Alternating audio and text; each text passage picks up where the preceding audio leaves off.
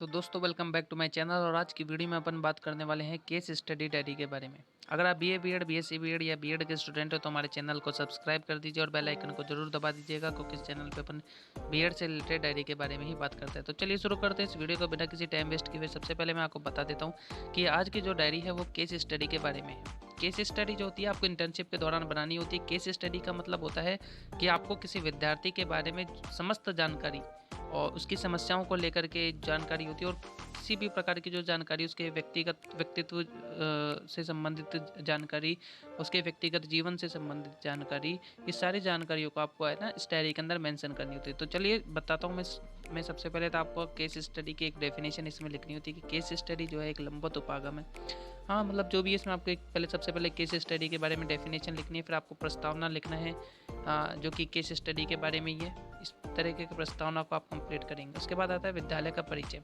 अब आपने जहाँ इंटर्नशिप अपनी करी थी उसके विद्यालय का परिचय लिखना है कि आपने कौन से विद्यालय में इंटर्नशिप करी, उस विद्यालय के बारे में आपको जानकारी देनी है। उसके बाद आपको लिखना है व्यक्तिगत अध्ययन, जिसमें आपको असामान्य बालक का अध्ययन करना है। केस स्टडी हमेशा सामान्य बालक की नहीं होगी, असामान्य बालक की केस स्टडी होती है। अध्ययन करने वाले विद्यार्थी का नाम, सबसे पहले आप विद्यालय लिखेंगे, उसके छात्र का नाम लिखेंगे, उसकी आयु लिखेंगे, उसकी कक्षा लिखेंगे, उस कक्षा के कुल विद्यार्थियों की संख्या लिखेंगे। अब आप उसके जो है पिता का नाम भी लिखेंगे, उसके पिता की शिक्षा लिखेंगे, पिता का व्यवसाय लिखेंगे और पिता की आर्थिक स्थिति लिखेंगे।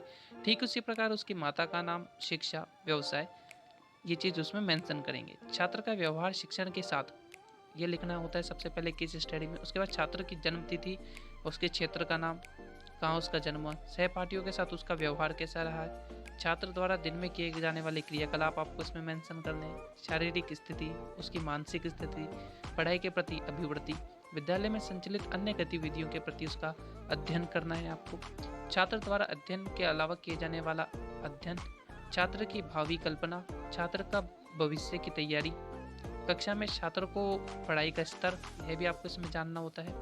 मतलब ये सारी चीज़ें जो है आपको विद्यार्थी के बारे में मेंशन करनी होती है। फिर आता है छात्र के प्रति अध्यापक का दृष्टिकोण, समस्या का निवारण, फिर समस्या की प्रकृति लिखनी होती है कि उसको विद्यार्थी को किस प्रकार की समस्या है, उसमें संवेगात्मक समायोजन, उसके बारे में आप लिखेंगे। इसमें सामाजिक समायोजन, इसके बारे में लिखेंगे। फिर बालक के व्यक्तिगत गुण भी आपको लिखना है कि उसका आत्मविश्वास कैसा है, सामाजिकता कैसी है, नेतृत्व कैसा है, जिज्ञासा कैसी है, लगन कैसी है, और जो व्यक्तित्व का प्रकार है, विद्यालय अभिलेख, ये सारी चीज़ें आपको उसमें मेंशन करनी होती है। मतलब ये जो केस स्टडी पूरी विद्यार्थी से संबंधित ही होती है, जिसमें आपको विद्यार्थी के बारे में लिखना होता है। कार्य संभावना आप इसमें लिखेंगे विद्यार्थी की कि उससे आप कैसी उम्मीद कर सकते हैं भविष्य में।